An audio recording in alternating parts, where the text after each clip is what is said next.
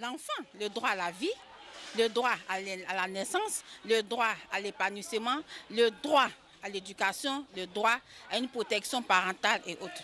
27 ans après l'adoption de la Convention relative aux droits de l'enfant, il est encore constaté des violations des droits de l'enfant. Et enfant, tout être humain âgé de moins de 18 ans, selon la Convention relative aux droits de l'enfant.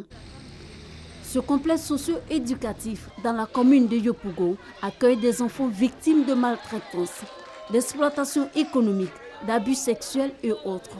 Depuis 2014, il a reçu environ 130 enfants. Les filles constituent plus de la moitié. Le jour de fête, je suis partie prendre une photo. On dit après 2 semaines, une semaine de venir prendre une photo là. Ce qui est arrivé là, il ne m'a pas donné photo là. Puis il a tiré ma main ici, puis il m'a violée. Il dit si il dit, il va me tuer. Un jour, il partait à l'école. Il était 8 heures, il était en retard. Ma tante dit de laver l'assiette avant de partir à l'école. Ça dit si elle revient de l'école, elle lavait. Ça a dit non. Puis elle m'a chicoté et fait sur mon dos. Quand son mari venait, elle expliquait à son mari. Alors son mari aussi m'a frappé. Il m'a soulevé et m'a laissé tomber à terre. Il s'est resté en coma pendant 5 jours. Les premiers auteurs proviennent généralement de la famille. Quelquefois, c'est le neveu, le cousin, de papa, de maman et autres d'abord. Et ensuite, quand nous sortons à la communauté, les voisins.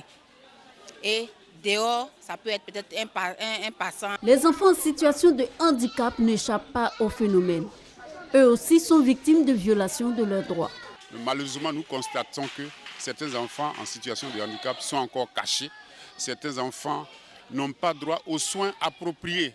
Certains n'ont pas droit à l'éducation. En Côte d'Ivoire, près de 2 millions d'enfants ne sont pas scolarisés. Un enfant sur 3 n'a pas d'acte de naissance et est exposé au risque de malnutrition selon l'UNICEF.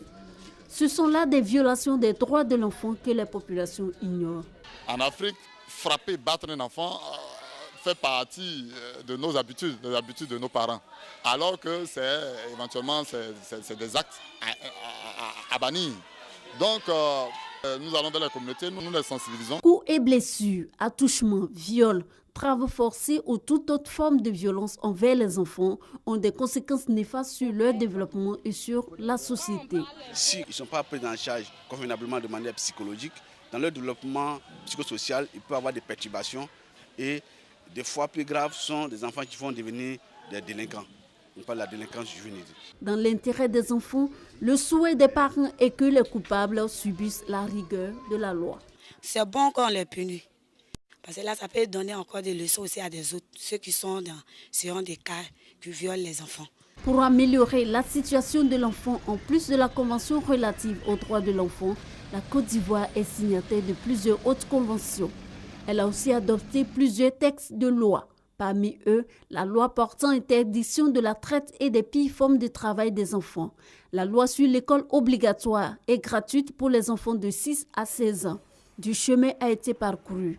Mais des étapes restent à franchir. En ce qui concerne les enfants, le taux de scolarité a augmenté de façon très considérable.